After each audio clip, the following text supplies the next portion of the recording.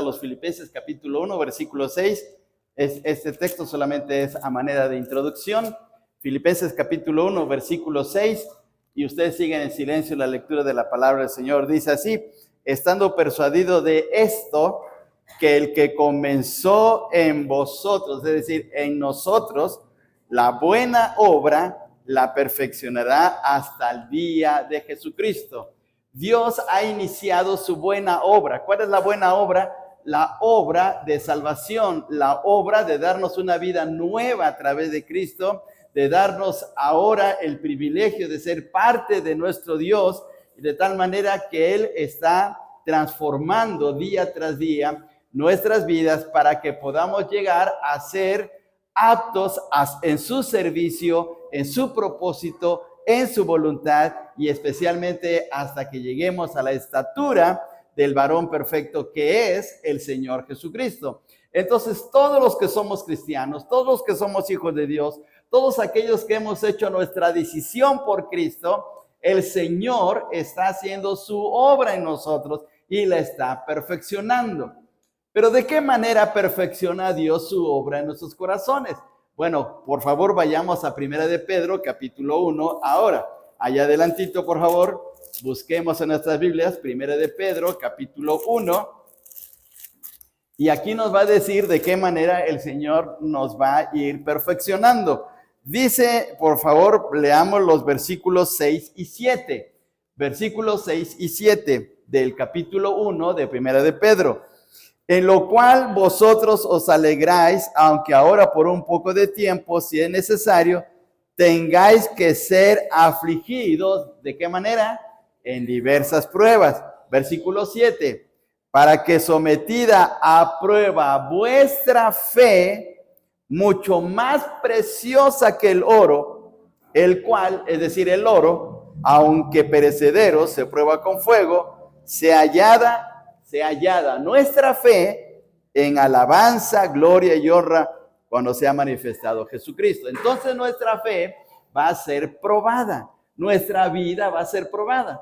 Y el título del mensaje de esta mañana es La fe en el horno. Ese es el título, la fe en el horno. ¿Dónde se prueba el oro? ¿Dónde se purifica el oro? En un horno. En un horno a altas temperaturas, a un fuego muy alto de varios miles de grados centígrados, para que se quite todas las impurezas. Desde el punto de vista de la metalurgia, las impurezas se llaman escoria, y hay que quitarle la escoria al oro para dejarlo refulgente, limpio, que llegue a ser el metal de 24 quilates, porque es la medida que tiene el oro. Cuando llega a los 24 quilates, es decir, que ya tiene la pureza al 100% y por lo tanto es muy valioso, ¿sí? Las joyas que tienen oro de 24 quilates es porque tienen un precio muy alto. La fe también tiene que ser probada, nuestra fe tiene que ser probada como el oro. Y hay que tomar en consideración eso. Porque todos quisiéramos una vida tranquila, todos quisiéramos una vida relajada, todos quisiéramos que tuviésemos una semana sin problemas, sin que hubiese luchas, sin que hubiese dificultades, de que todo pasara tranquilamente, de que llegáramos a la iglesia felices, contentos, cantando, alabando al Señor, poder servirle de la manera como el Señor pone en sus corazones, pero que no hubiese problemas, que no hubiese necesidades, ¿sí? Pero no es así, no es así. La fe tiene que ser probada. Un escultor, para hacer una obra maestra, tiene que tomar el cincel y el martillo y hacer su obra. Imaginemos que el trozo de roca, de mármol que tiene el escultor, tuviera vida, y cuando el escultor se acercara con su martillo y con su cincel para darle los golpes, el mármol dijera: no me pegues, no me golpees, no me hagas daño. ¿Cuándo podría el escultor terminar su obra maestra?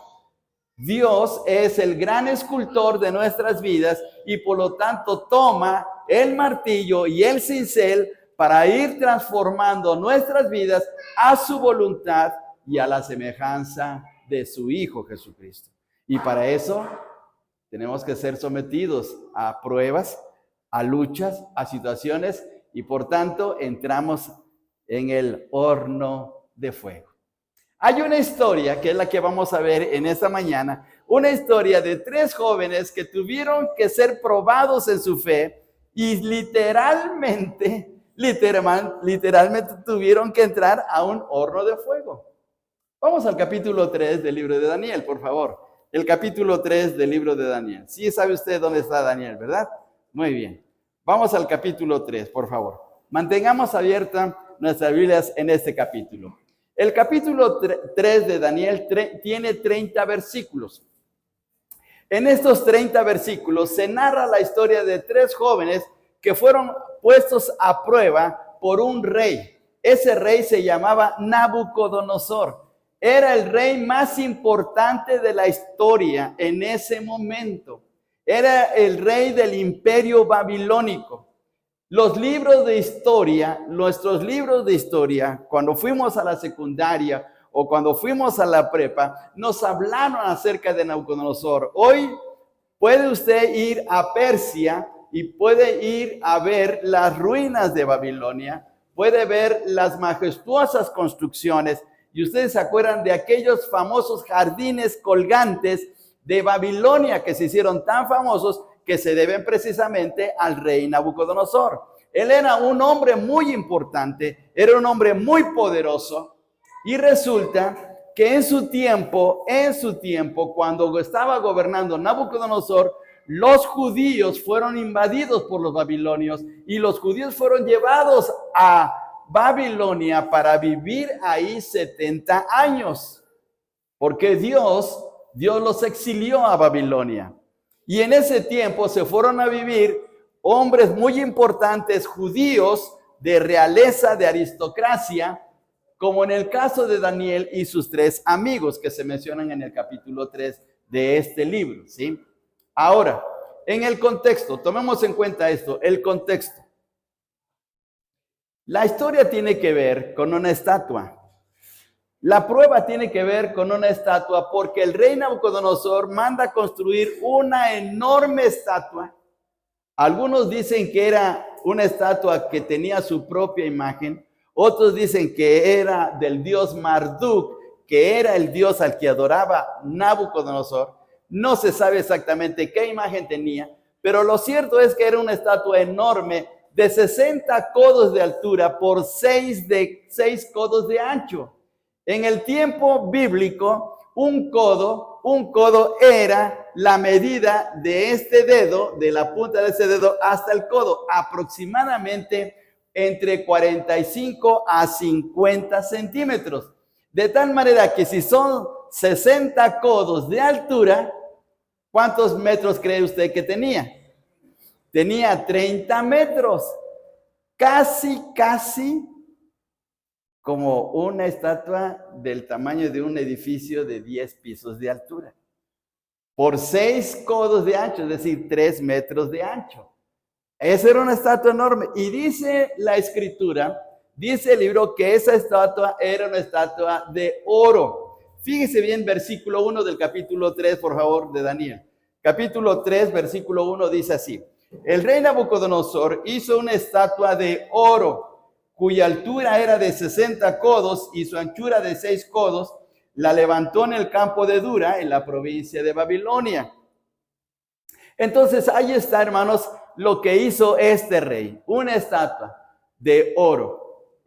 Los arqueólogos y los comentaristas bíblicos dicen que no era totalmente de oro, sino que era una estatua recubierta de oro, como decimos nosotros, enchapada de oro, pero de tal manera que tenía oro. Pero imagínense, una estatua de 30 metros y con oro, pues era algo muy especial. Ahora, ¿por qué hizo una estatua de oro? Porque en el capítulo 2, él tuvo un sueño de una estatua. Él tuvo un sueño de una imagen, dice el capítulo 2, una estatua, pero no de oro, sino de diferentes materiales. Nabucodonosor soñó una estatua con una cabeza de oro, un cuerpo o un dorso con plata, el abdomen y las piernas de bronce, y luego más abajo bronce con hierro y luego barro. Y vean ustedes en el capítulo 2, por favor, vamos a ver esto, vamos a ver el contexto. Capítulo 2, ahí de Daniel, ahí cerquita, por favor. Versículo 31, dice de la siguiente manera: y tú, oh rey, veías, y aquí una gran imagen, esta imagen que era muy grande y cuya gloria era muy sublime, estaba en pie delante de ti y su aspecto era terrible. Versículo 32, la cabeza de esta imagen era de oro fino, su pecho y sus brazos de plata, su vientre y sus muslos de bronce, sus piernas de hierro, sus pies parte de hierro y en parte de barro cocido. Vean ustedes lo que soñó aquí Nabucodonosor. La interpretación de esta imagen que tuvo Nabucodonosor representaba cada material, cada metal representaba un imperio. Pero en el capítulo 3, Nabucodonosor manda hacer una imagen o una estatua completamente de oro porque él no estaba de acuerdo con esa posición o de ese sueño. La cabeza representaba a Nabucodonosor, representaba a su imperio. Por favor, vayamos otra vez al capítulo 2 y ahora al versículo 38. Vamos a ver este texto, 2:38. Y donde quiera que habitaban hijos de hombres, bestias del campo y aves del cielo, Él los ha entregado en tu mano y te ha dado el dominio sobre todo. Veamos la parte final. Tú eres aquella cabeza de oro. Dios le dijo a Nabucodonosor, tú eres la cabeza de oro. Pero Nabucodonosor dijo, no, yo no quiero un imperio fracturado.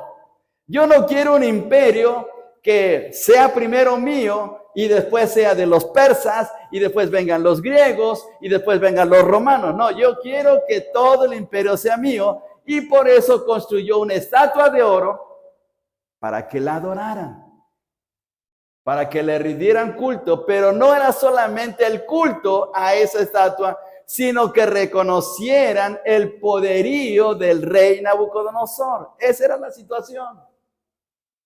Esa era la gran prueba.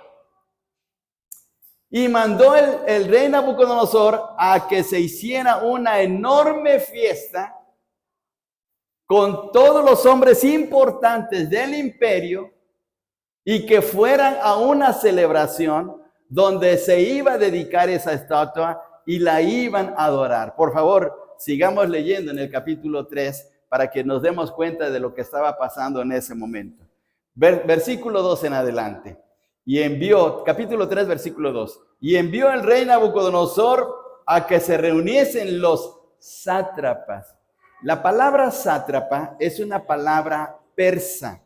Es una palabra persa que significa el que gobierna, el que está al tanto de un dominio, de algo como un mayordomo, por decir así, ¿sí? Entonces es lo que significa la palabra sátrapa. Los magistrados y capitanes, oidores, tesoreros, consejeros, jueces y todos los gobernadores de las provincias para que viniesen a la dedicación de la estatua que el rey Nabucodonosor había levantado. Ahora pues, sigamos leyendo, ahora pues, reunidos los sátrapas, magistrados, capitanes, oidores, tesoreros, consejeros, jueces y todos los gobernadores de las provincias, a la dedicación de la estatua del rey Nabucodonosor había levantado y estaban en pie delante de la estatua que había levantado el rey Nabucodonosor. Y el pregonero anunciaba en alta voz, mándese a vosotros, oh pueblos, naciones y lenguas, que al oír el son de la bocina, de la flauta, del tamboril, del arpa, del salterio, de la zampoña y todo instrumento de música, os postréis, y aquí viene el asunto, adoréis la estatua de oro que el rey Nabucodonosor ha levantado. Lo que quería Nabucodonosor era que se adorara esa estatua, pero indirectamente la adoración no era solamente para ese objeto, sino para él. Si la imagen representaba al rey Nabucodonosor en esa estatua, entonces la adoración era para el rey.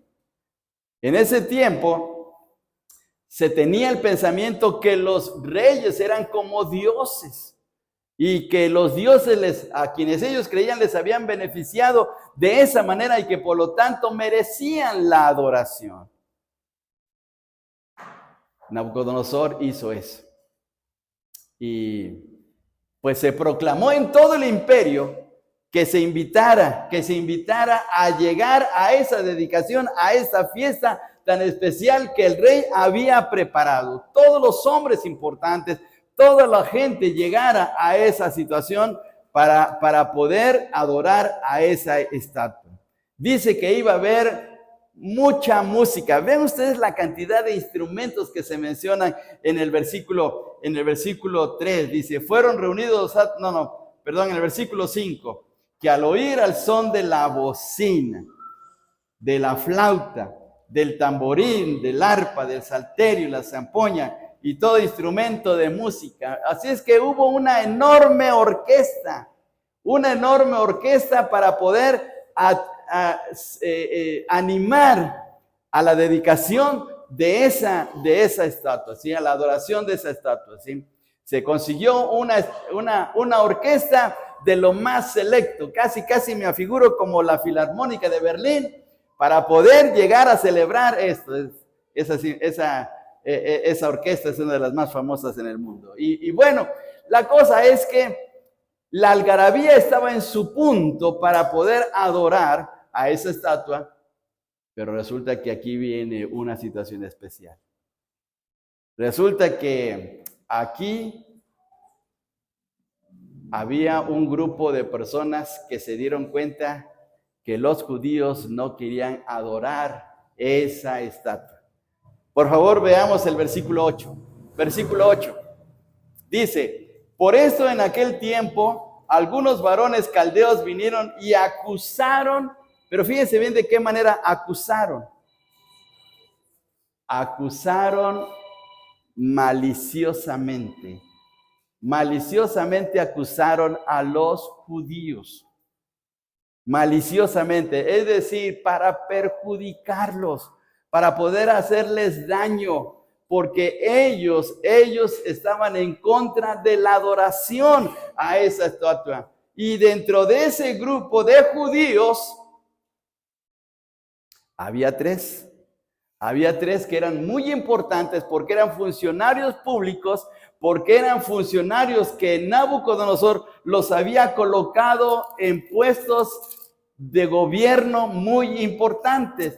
Fíjense bien, hermanos, fíjense bien lo que dice en el capítulo 1 de Daniel. Regresemos al capítulo 1 de Daniel, versículo 19. Capítulo 1, versículo 19.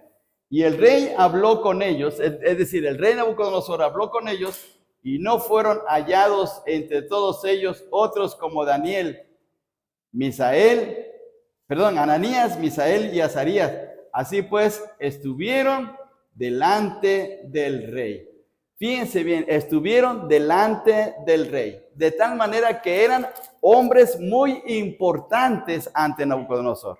Entonces, estos caldeos, es decir, esta gente originaria de Babilonia, se dio cuenta que los judíos no querían adorar esa estatua, pero principalmente pusieron la mirada en los tres amigos de Daniel y los acusaron. Ahora vamos a ver, por favor, la situación. Versículo 10 del capítulo 3. Regresamos al capítulo 3. Tú, oh rey, has dado una ley que todo hombre, al oír el son de la bocina, de la flauta, del tamboril, del arpa, del salterio, de la zampoña y de todo instrumento de música, se postre y adore la estatua de oro. Y el que no se postre y adore, sea echado dentro de un horno de fuego ardiendo.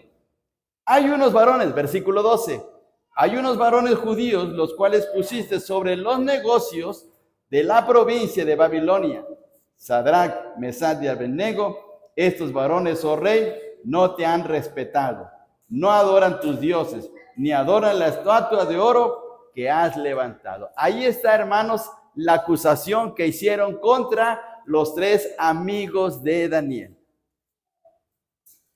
¿Qué hace usted? ¿Qué hace usted cuando llega el 12 de diciembre? Cuando allá en su trabajo le dicen, hay que cooperar. Pues imagínense la situación ahora con los amigos de Daniel. Los acusaron y si vemos el versículo 8, maliciosamente los acusaron. Es decir, para hacerles daño. Y dijeron, estos 3 jóvenes o estos 3 hombres que son funcionarios, que son de la corte, que tienen un trabajo especial, están desobedeciendo tus órdenes, majestad. Le dijeron así a Nabucodonosor. Fíjense bien, hermanos, las acusaciones que les hicieron. Versículo 12, parte final. No te han respetado, número 1.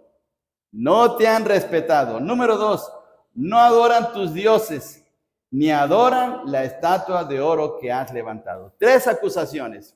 Primero, no te respetan. Fíjense bien, qué acusación tan tremenda. Ahora, faltarle el respeto al rey Nabucodonosor, el hombre más importante del imperio en ese momento, no era cualquier cosa, hermanos. Era para que inmediatamente les volaran la cabeza. A ver, hermanos, grítele a Trump.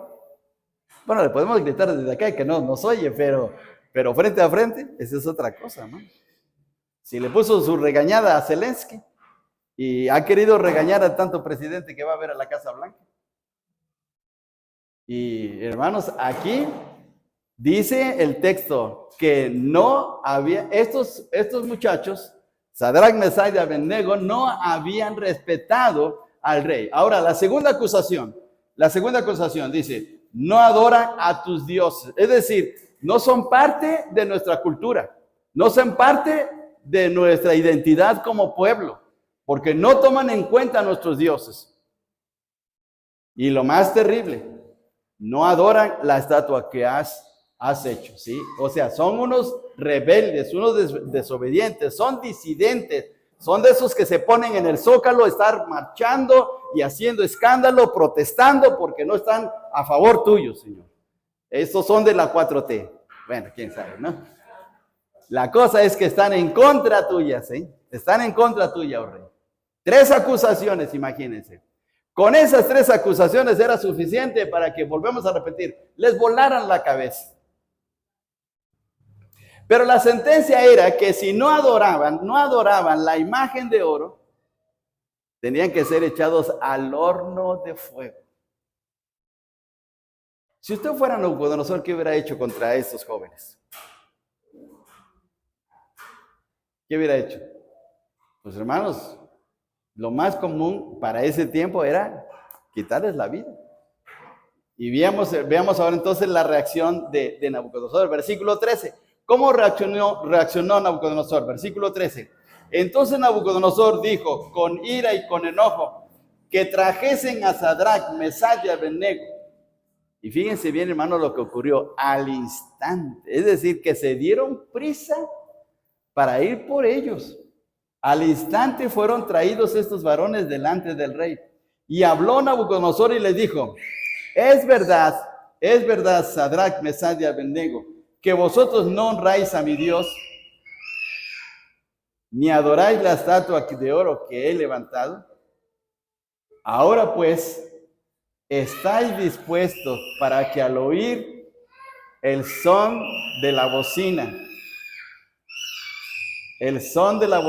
de la flauta, del tamboril, del arpa, del salterio, de la zampolla y de todo instrumento de música, os postréis y adoréis la estatua que he hecho. Les estaba dando una segunda oportunidad, Les estaba diciendo, con que ustedes no quieren obedecerme, bueno, vamos a hacer la última prueba. Vamos a ver, mejor dicho, les voy a dar la última oportunidad.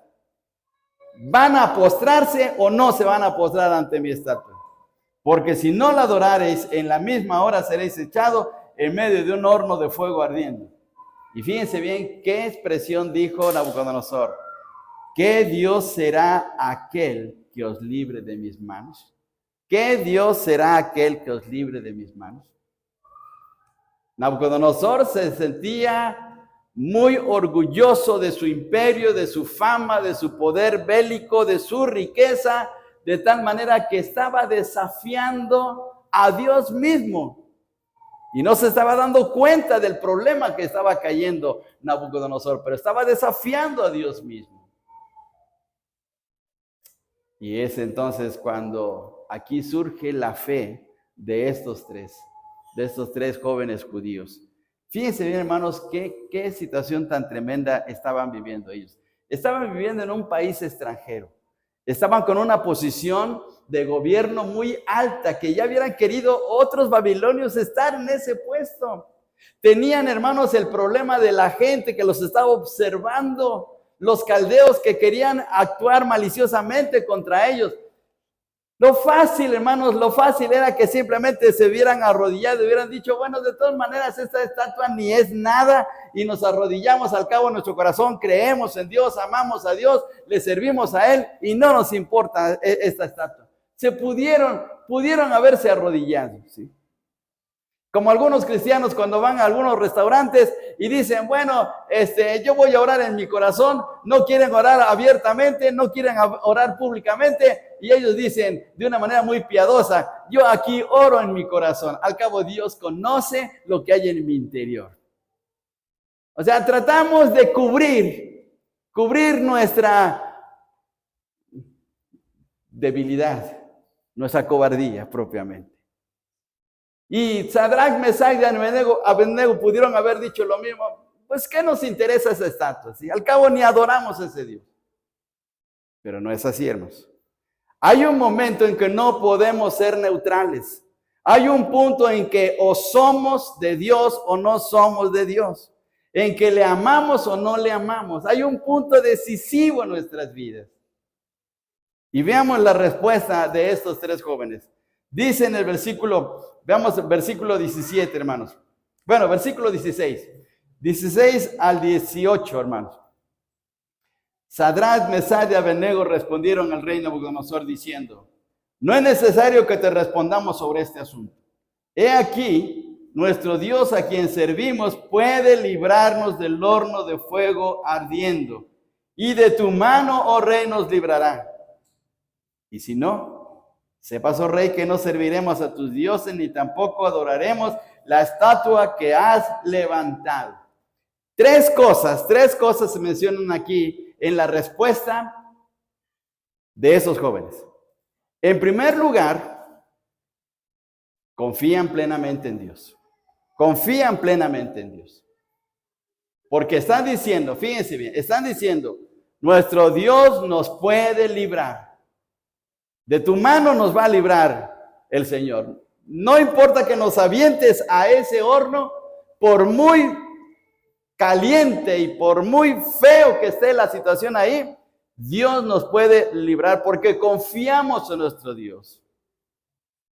Segunda cosa, estos manifestaron su fe en la soberanía de Dios. ¿Qué significa eso? Que Dios podía librarlos o no podía librarlos. A veces, hermanos, nosotros le exigimos a Dios que nos haga un milagrito. Y levantamos nuestro puño de decir, Señor, yo quiero que me saques de esta situación. Y utilizamos hasta ciertos versículos diciendo, Señor, es que aquí en tu palabra tú lo dijiste, así es que cúmplelo. ¿Sí? Pero Dios es soberano. Y Dios, si quiere, nos salva, y si no quiere, no nos salva, porque Él tiene algo mejor para nuestras vidas. La soberanía de Dios significa que Dios tiene el control de todas las cosas. Y Él puede hacer lo que quiera con nuestras vidas. Él es el dueño. Si quiere lo sana, si quiere no lo sana, si quiere le saca del problema económico o si quiere lo hunde. ¿Por qué? Porque Dios sabe todas las cosas. Si quiere le devuelve a su hijo rebelde y si no, no se lo devuelve. ¿Por qué? Porque Dios es soberano. Dios sabe qué hacer. Dios tiene el control de todas las cosas.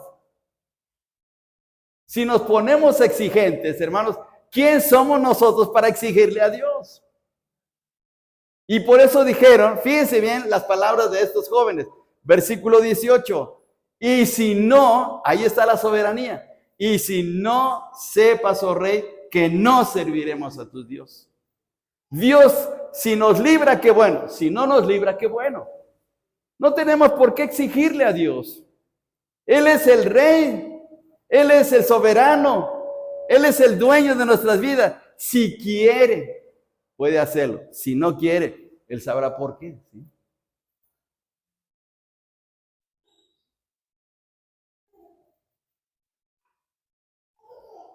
Hay situaciones que sí son apremiantes, son difíciles, y uno clama al Señor que nos ayude, pero debemos reconocer este principio básico, que Dios tiene todo bajo su cuidado, y que si en un momento dado el Señor no contesta nuestra oración, es porque en su plan perfecto tiene algo mucho mejor hacia nuestras vidas. Y debemos darle nuestro agradecimiento y nuestro reconocimiento hacia Él.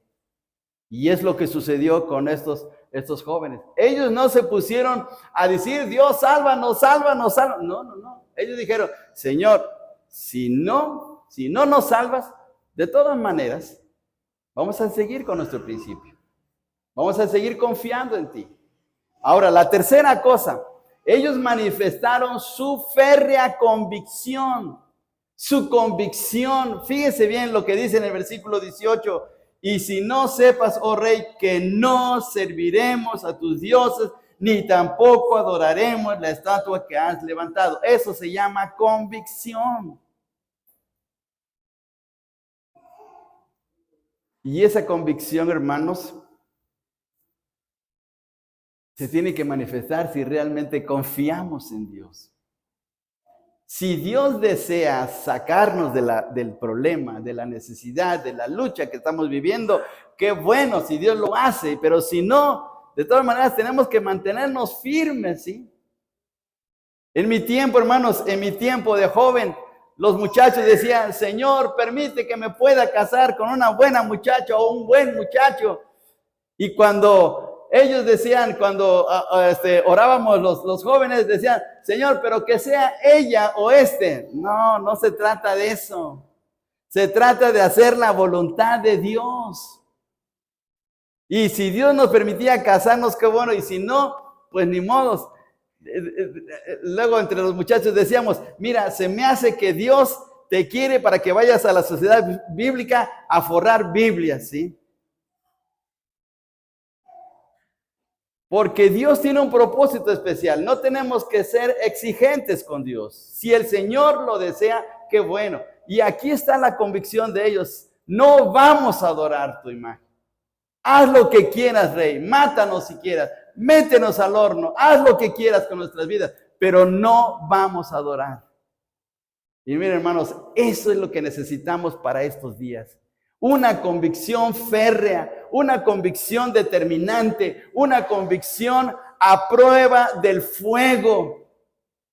Porque hoy estamos viviendo, hermanos, una religión, voy a usar la palabra, una religión muy superficial, un cristianismo muy superficial. Si quiero voy a la iglesia, si quiero no voy, si quiero oro, si quiero no oro, si quiero estoy con los jóvenes, si quiero no estoy con los jóvenes, si quiero estoy con la femenil, no estoy con la femenil, si estoy con los varones, no estoy con los varones. Y bueno, y actuamos de esa manera, como si fuéramos los dueños de nuestra propia vida.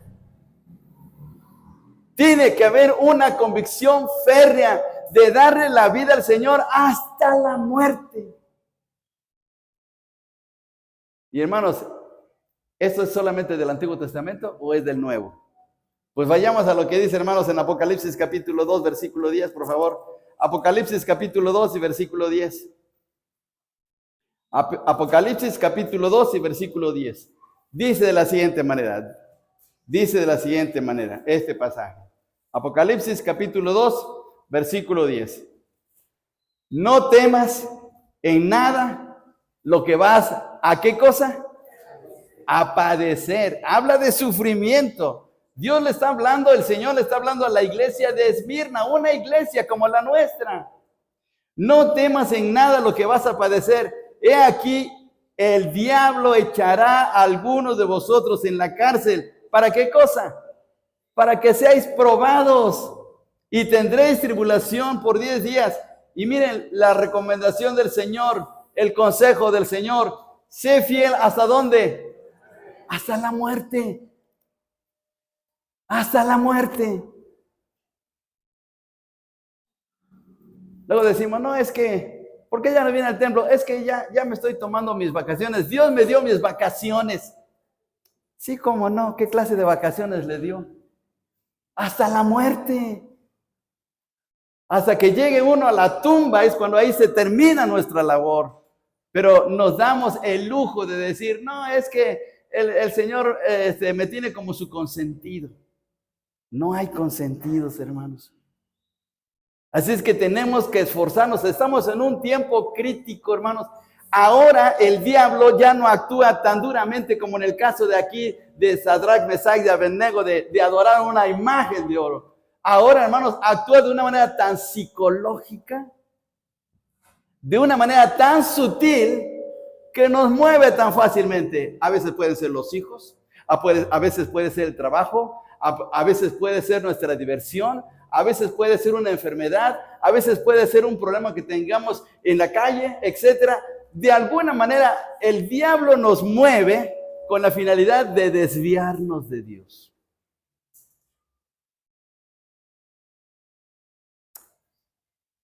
El gran propósito del diablo, hermanos, a través de la historia, es que el hombre le adore, que el hombre le adore. Y eso fue lo que le dijo el diablo al Señor Jesús ahí en las tentaciones. Todo esto te voy a dar, todas las riquezas del mundo te voy a dar. ¿Sí qué cosa? Si postrado me adorares, ¿sí? Y hermanos, el diablo lo que está haciendo, busca la manera de que le adoremos de alguna forma. Pero tiene que haber una convicción férrea en nuestros corazones de decir, pase lo que pase, yo voy a seguir al Señor. Que si mis hijos no me quieren, yo voy a seguir al Señor. Si mi esposa me abandona, voy a seguir al Señor. Que si me pasa esto y no tengo trabajo, voy a seguir al Señor. Que si no tengo para comer esta semana, voy a seguir al Señor. Que si tengo una enfermedad grave, voy a seguir al Señor. Pase lo que pase.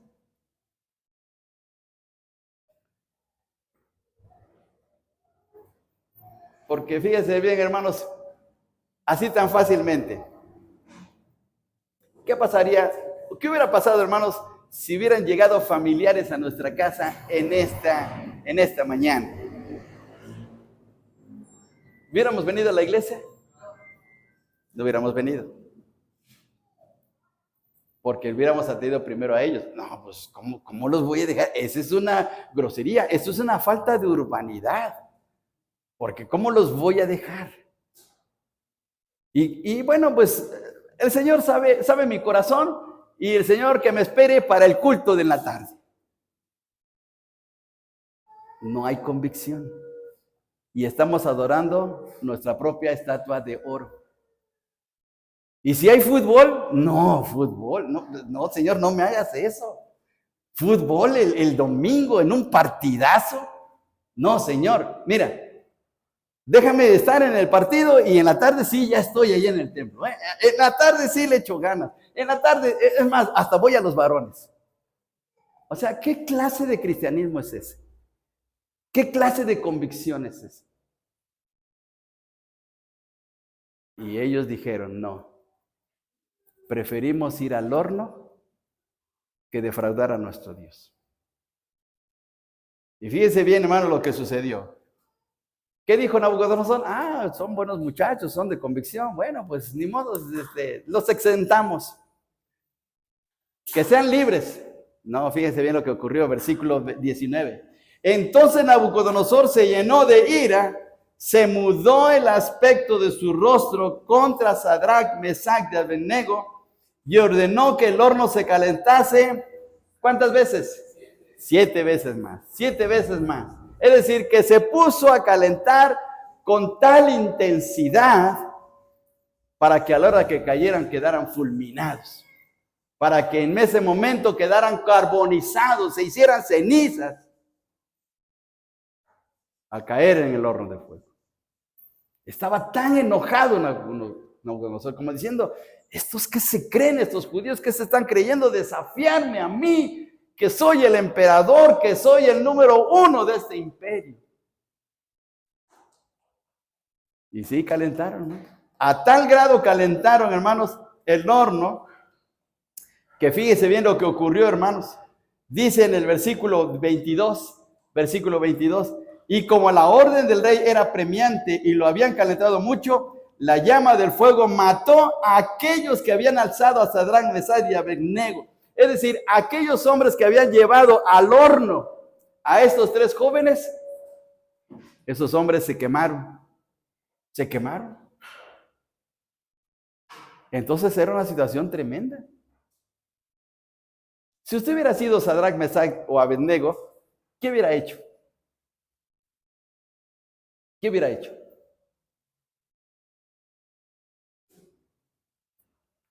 Decir, pues mira, rey, pues acepto. Me arrodillo. Está bien, esa estatua es mi Dios.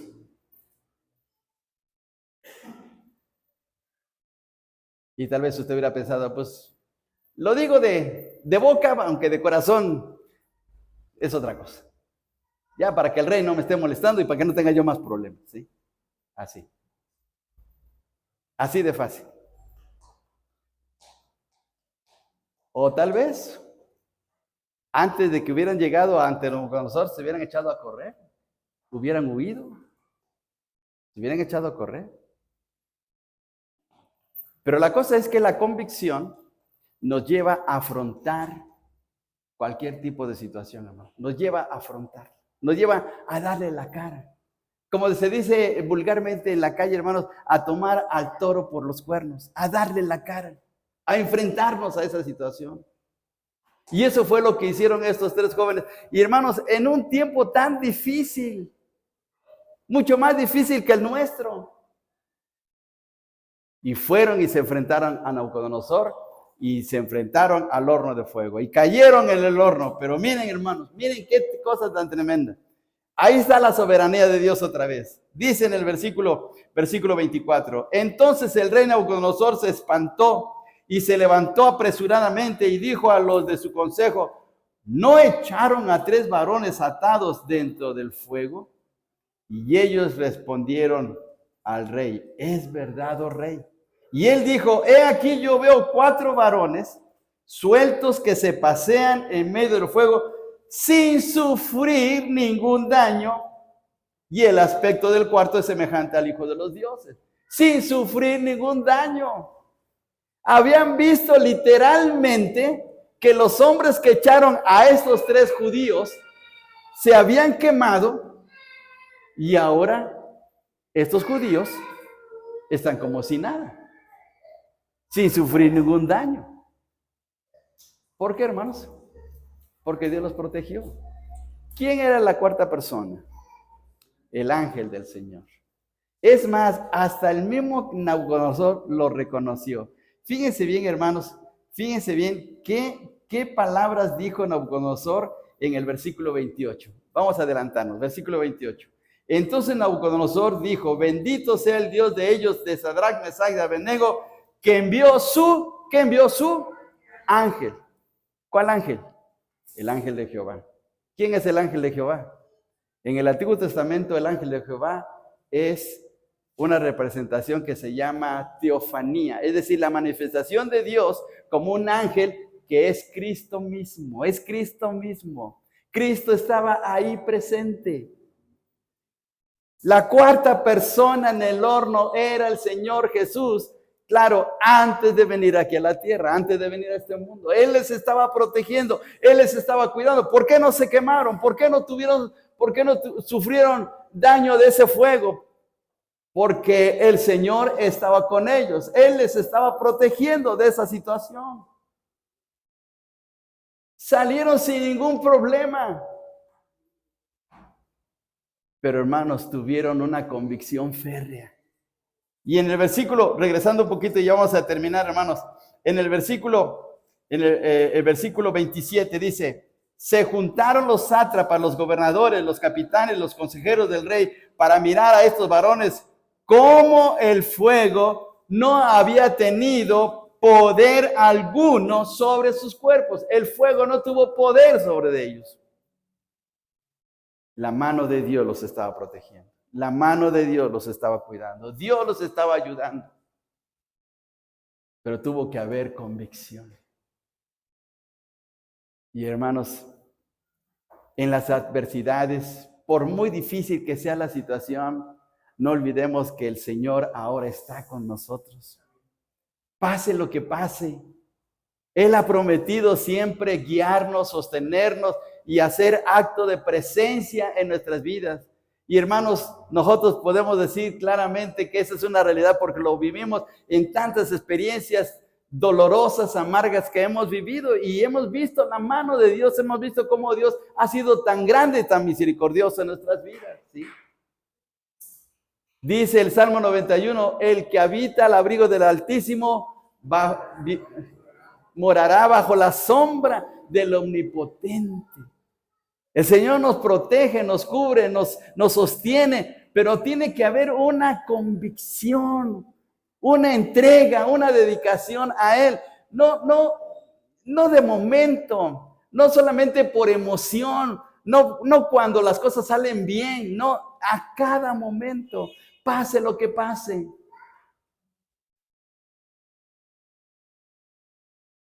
Quisiera preguntarle a los varones casados, ¿ama usted a su esposa solamente por el hecho de que le da o le ofrece una buena comida? ¿Nada más la ama por eso? ¿O la ama en todo sentido? ¿La ama cuando su esposa se enoja con usted? ¿La ama cuando le hace un berrinche? ¿Le ama cuando le pide dinero para comprar vestido y zapatillas? ¿La ama cuando le pide que le ayude con sus enfermedades? Debe ser en todo sentido, hermanos, en todo sentido. Y a veces nosotros solamente queremos amar a Dios cuando las cosas nos van bien. Eso no puede ser. Tenemos que amar a Dios pase lo que pase. En las pruebas, en las luchas, en los momentos críticos, en las situaciones conflictivas que tenemos que amar a Dios y darle lugar a Él. Ahora, terminamos. ¿Qué ocurrió con esa situación? Veamos, hermanos. Versículos 29 y 30. Con eso terminamos. 29 y 30. Por lo tanto, decreto que todo pueblo, nación o lengua que dijere blasfemia contra el Dios de Sadrach, Mesach y Abednego, se ha descuartizado y su casa convertida en muladar, por cuanto no hay Dios que pueda librar como este. Miren el reconocimiento. No significa que se convirtió en Nabucodonosor aquí, pero reconoció quién era Dios. Reconoció la grandeza del Dios de estos judíos. ¿Qué sucede cuando tenemos convicción? Que la gente se da cuenta de nuestra convicción, de nuestra fe. Y hasta la gente dice, esa persona sí es un buen cristiano. Esa persona sí es un hijo de Dios. Porque ven, hermanos, ven nuestra fe. Y dice el versículo 30, entonces el rey engrandeció a Sadrach, Mesach y Abednego en la provincia de Babilonia. Los engrandeció. Veamos, hermanos, que hubo hasta esa bendición tan maravillosa. ¿Queremos tener la bendición de Dios? ¿Queremos tener la protección de Dios? ¿Queremos tener los cuidados especiales de parte del Señor? Tenemos que tener convicción. Tenemos que afianzarnos a la mano de Dios, pase lo que pase. Si Dios da, qué bueno. Si Dios no da, pues qué bueno. ¿Y qué dijo Job? Jehová dio, Jehová quitó, sea el nombre del Señor bendito, ¿sí? Entonces, hermanos, si en esta semana Dios no nos da para el sostenimiento, ¿qué tenemos que hacer? Tenemos que darle gracias a Dios. Y con eso vamos a decir, ya no voy a ir a la iglesia. No, ya, ¿para qué ir? Tenemos que mantenernos firmes. Y una cosa importante, Dios nunca nos va a dejar si mantenemos nuestra fe firme en Él, nuestra confianza en Él. Él estuvo en medio del horno y va a estar en medio de nuestras adversidades, de nuestras luchas, de nuestros problemas, de las situaciones que pasemos, si confiamos en Él, si le damos el primer lugar a Él, porque Él lo ha prometido. Dice el Señor Jesús, yo estoy con vosotros, ¿cuándo? Todos los días, hasta el fin del mundo. Pero el Señor quiere ver nuestra convicción, quiere ver nuestra fe, que sea puesta en fuego y que pase la prueba, para que de esta manera veamos cosas grandes de nuestro Dios. Oremos. Padre, te damos muchas gracias por tu palabra. Gracias, Señor, por la manera como tú hablas a nuestros corazones. Ayúdanos, Padre, a mantenernos firmes en medio